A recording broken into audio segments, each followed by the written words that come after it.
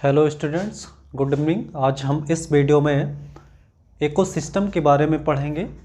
Ecosystem हर एक competition level में या हर एक कंपटीशन में जो क्वेश्चन आते हैं वो इकोसिस्टम से ज़रूर पूछे जाते हैं। तो इकोसिस्टम एक इम्पॉर्टेंट टॉपिक होता है बायोलॉजी का, जिससे क्वेश्चन बनते ही बनते हैं। हर एक कॉम्पिटिटिव एग्जाम्स में यहाँ से क्वेश्चन ज़रूर पूछे जाते हैं। तो चलिए आज हम यहाँ पर इस वीडियो में पढ़ते हैं इकोसिस्टम के बारे में। इकोसिस्टम क्या है, इकोसिस्टम कहते किसे हैं, इकोसिस्टम जो शब्द है, जो टर्म्स है, वो किसने दिया, इकोसिस्टम का टाइप हम पढ़ेंगे यहाँ पर, इकोसिस्टम कितने प्रकार का होता है। तो इन सब चीज़ों के बारे में हम यहाँ पर पढ़ेंगे। चलिए आज का हमारा टॉपिक है इकोसिस्टम।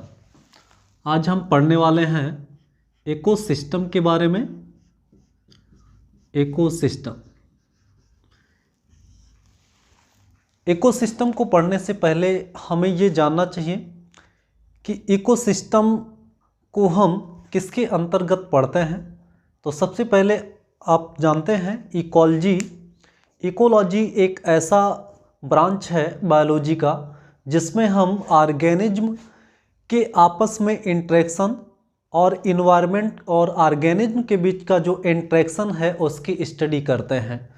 तो यहाँ पर जो इकोसिस्टम है वो structural and functional unit of ecology होता है। इकोसिस्टम क्या होता है, इकोसिस्टम जो है वो structural and functional unit of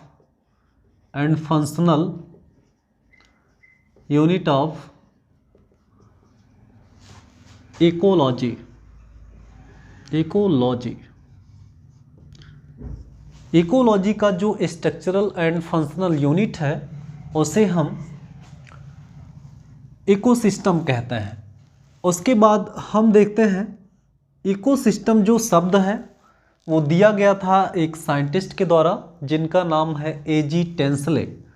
तो इकोसिस्टम जो टर्म है, इकोसिस्टम टर्म coined by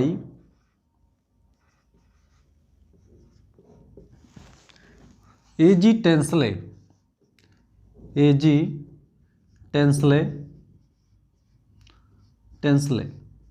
इन 1935 यानी जो इकोसिस्टम शब्द है वो A.G. टेंसले के द्वारा 1935 ईस्वी में दिया गया।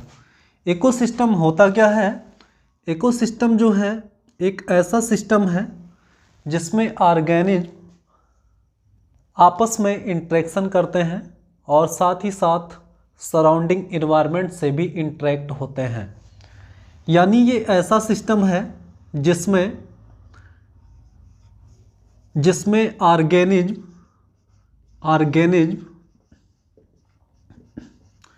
interact with each other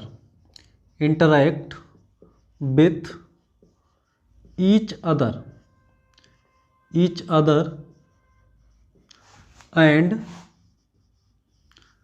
surrounding environment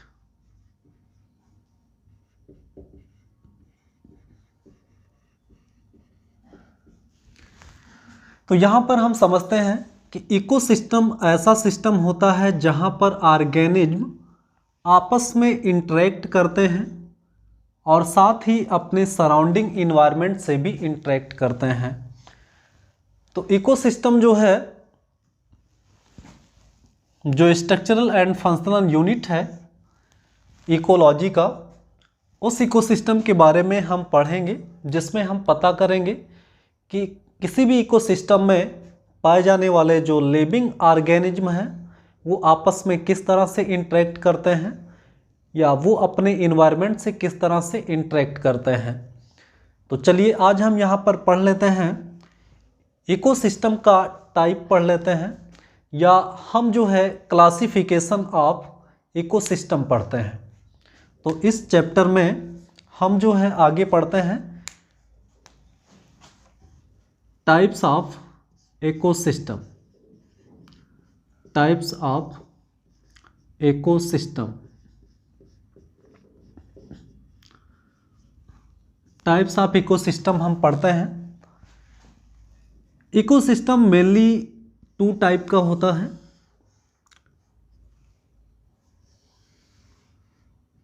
number 1 natural ecosystem, natural ecosystem. Number 2 artificial ecosystem,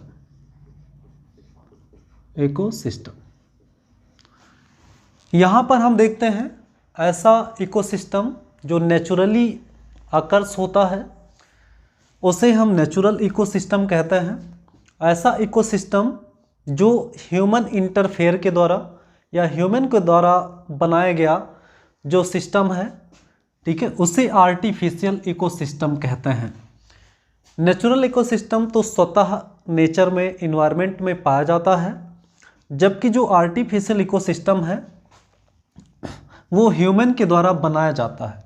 जैसे आर्टिफिशियल इकोसिस्टम का एग्जाम्पल है गार्डन, एक्वेरिया हो गया या क्रॉपलैंड हो गया, जिसमें व्हीट, राइस एटसेट्रा ये सब जो है ग्रो कराए जाते हैं मैन के द्वारा। तो ये सभी प्लांट किसी मीडियम में, किसी फील्ड में ग्रो कराए जाते हैं, तो वहाँ जो इकोसिस्टम बनता है उसे हम आर्टिफिशियल इकोसिस्टम कहते हैं। तो नेचुरल इकोसिस्टम को आगे चल कर के फिर हम 2 पार्ट में डिवाइड करते हैं। नेचुरल इकोसिस्टम को हम आगे चल कर के 2 पार्ट में फिर डिवाइड करते हैं। इसमें पहला इकोसिस्टम होगा टेरेस्ट्रियल इकोसिस्टम। पहला होगा टेरेस्ट्रियल इकोसिस्टम, टेरेस्ट्रियल इकोसिस्टम। और दूसरा है aquatic इकोसिस्टम, aquatic इकोसिस्टम,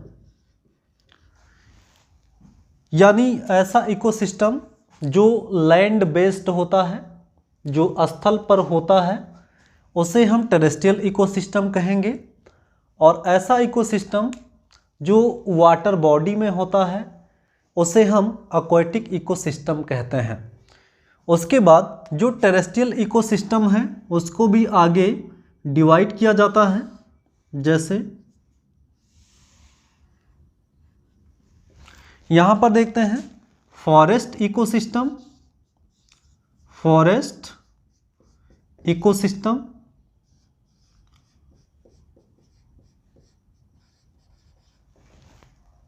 दूसरा देखते हैं ग्रासलैंड इकोसिस्टम, ग्रासलैंड इकोसिस्टम। और तीसरा है डेजर्ट इकोसिस्टम, डेजर्ट इकोसिस्टम। और चौथा है टुंड्रा इकोसिस्टम, चौथा है टुंड्रा इकोसिस्टम, टुंड्रा इकोसिस्टम। तो यहाँ पर हम देखते हैं कि फॉरेस्ट में होने वाला इकोसिस्टम फॉरेस्ट इकोसिस्टम होगा। ग्रासलैंड एरिया पर पाया जाने वाला इकोसिस्टम ग्रासलैंड इकोसिस्टम होगा। डेजर्ट कंडीशन में जो इकोसिस्टम पाया जाएगा उसे हम डेजर्ट इकोसिस्टम कहेंगे। टुंड्रा इकोसिस्टम मतलब टुंड्रा ऐसा क्षेत्र होता है जहाँ पर ट्री नहीं पाए जाते हैं, जो बड़े साइज के पेड़ होते हैं वो इस रीजन में या टुंड्रा रीजन में एब्सेंट होते हैं। ये टुंड्रा रीजन पाया जाता है हिल्स के टॉप पर, जहाँ पर अधिकांश जो लैंड है वो बर्फ़ के द्वारा ढका रहता है। तो टुंड्रा इकोसिस्टम में हम हिल्स टॉप मतलब जो हिल्स का टॉप एरिया है, सबसे ऊपर का जो क्षेत्र है, उस क्षेत्र में जो इकोसिस्टम पाया जाएगा उसे हम टुंड्रा इकोसिस्टम कहते हैं। और जिस इकोसिस्टम में ट्रीज एब्सेंट होते हैं। उसके बाद हम एक्वेटिक इकोसिस्टम पढ़ते हैं। एक्वाटिक इकोसिस्टम जो होता है ये भी दो तरह का होता है, एक फ्रेश वाटर इकोसिस्टम, एक फ्रेश वाटर इकोसिस्टम होता है,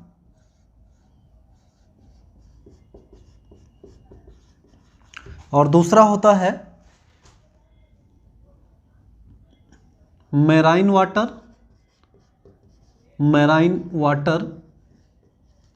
इकोसिस्टम।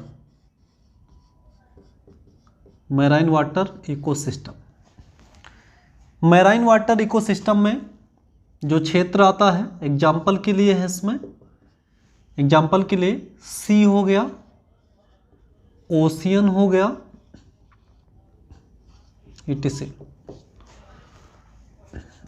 उसके बाद है फ्रेश वाटर इकोसिस्टम। जो फ्रेश वाटर इकोसिस्टम है इसमें दो तरह का इकोसिस्टम पाया जाएगा। फ्रेश वाटर इकोसिस्टम दो तरह का होगा। नंबर एक होगा यहाँ पर running water ecosystem. Running water ecosystem को हम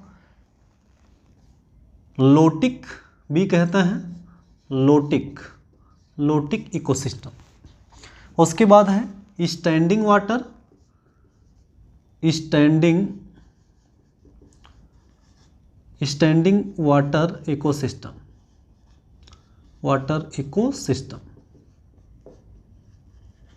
स्टैंडिंग वाटर इकोसिस्टम, इसे जो है लैंटिक भी कहते हैं,